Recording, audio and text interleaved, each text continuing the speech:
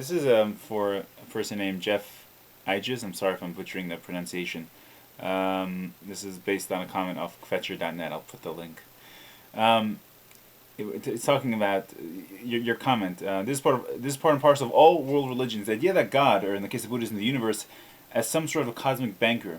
What? Your throne will be closer to God's. Your portion of the Leviathan will be greater. This is the sort of regressive attitude I referenced in my other comment.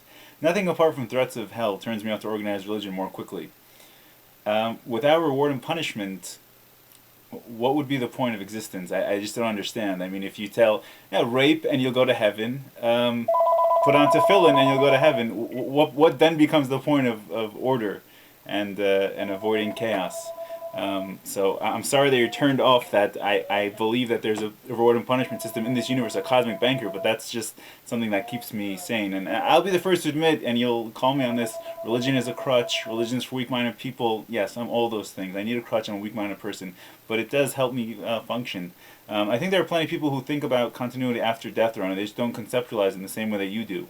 I think my opinion is that there should be 6.3 billion religions on this planet because spirituality is so individual and unique that there shouldn't be any sense of my ways right and your ways wrong. And I don't care that people don't see it the same way I do. I'm not looking to convert anyone or change anyone's opinion. I'm simply sharing my thoughts.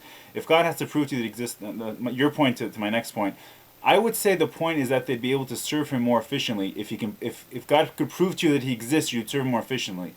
Absolutely not. I mean, sorry, perhaps. However, what would be the point? It says in Hayom Yom, the previous Rebbe writes, we're going to look back when Mashiach comes at these days before Mashiach's coming, and we're going to say, how precious were these days? We served God without knowing for sure what everything was. There was darkness, there was gullus, there was exile, there was an imposing force to holiness. Mashiach comes and everyone realizes there's a God. What's the point of serving God? It's pleasureful, it's nice, it's the right thing to do, and it becomes obvious and clear to everyone, but where's the excitement? You know, God made a gamble by creating the first person, a speaker with free will. That wasn't an animal without free will. And, you know, God's gambling to see what happens. And not that he doesn't know, but it's an experiment. And, you know, I don't understand it. If I knew God existed, how could I expect any kind of reward for serving him? Then it just becomes obvious and simple. If most people knew God existed, I dare say life on this planet would be completely different. Yes, it will be. Once Mashiach comes, you'll see. You're absolutely right. This is something I find amongst the Gentile fundamentalists as well. This playing fast and loose with the concept of faith. On the one hand, your teachers have supposedly all these proofs that God exists. No, my teachers don't, and I don't look for other people to tell me God exists. I have my own beliefs. The Torah is of divine origin. The rabbis have a direct pipeline to him. Naturally. That's not a Jewish concept, friend. Sorry. However, you back them into a corner, you disprove their arguments, or at least cast serious doubt upon them. All of a sudden, they play the faith card. Every time.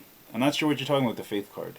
I've never seen an exception. I'm tired of this duplicity. Sorry, I don't know what you're talking about. And again, what Kelsey is saying is that the vulnerable, impressionable high school students and college freshmen are being manipulated into adopting this lifestyle without truly understanding what it is they're getting into. This is a capitalistic society, okay? And I don't agree with capitalism, but this is also democracy. I also don't agree with democracy. My point is this.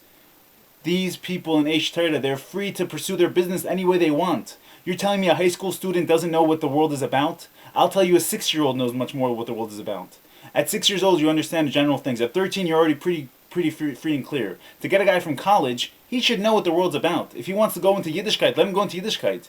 Leave these guys in Eish Torah alone. They're trying to get you into Gan Eden. They're trying to make the world more religiously oriented. They're trying to bring peace and goodness into this world. You give him a hard time for going to Kiruv?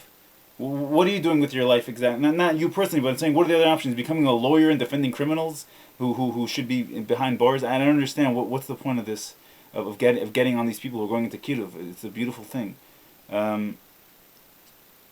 Okay, without truly understanding what they're getting into, and this is being facilitated by people that they trust. No, they don't. They usually just meet recruiters from Eish Torah, who have no business being in the Haredi cloning business in the first place. Organs like Hillel and NCSY. I'm not going to bash Hillel or NCSY. The faith word I bring up. He said another thing. There are plenty of people who have tried and come away empty-handed. With what? Faith? That would be alright, except for that response on the part of religious authorities, Jewish and Gentile, is never, well, it isn't for everyone. Yours is obviously a different path. Yes, it is that. I've heard that many times. I don't know what exposure you've had to this world, but yes, people say that there are many, many different paths to godliness, okay? There's 3 major monotheistic religions, but there's also Jews, but within that, there's many paths. Judaism itself has, how many sects of Chassidim can I name? Maybe 60? Okay, that's an exaggeration, but I read in the New York Times article once, they said 60 sects of Chassidim. There's many paths within even on one religion. And that's pretty much it. Okay, hope this helps, and God bless.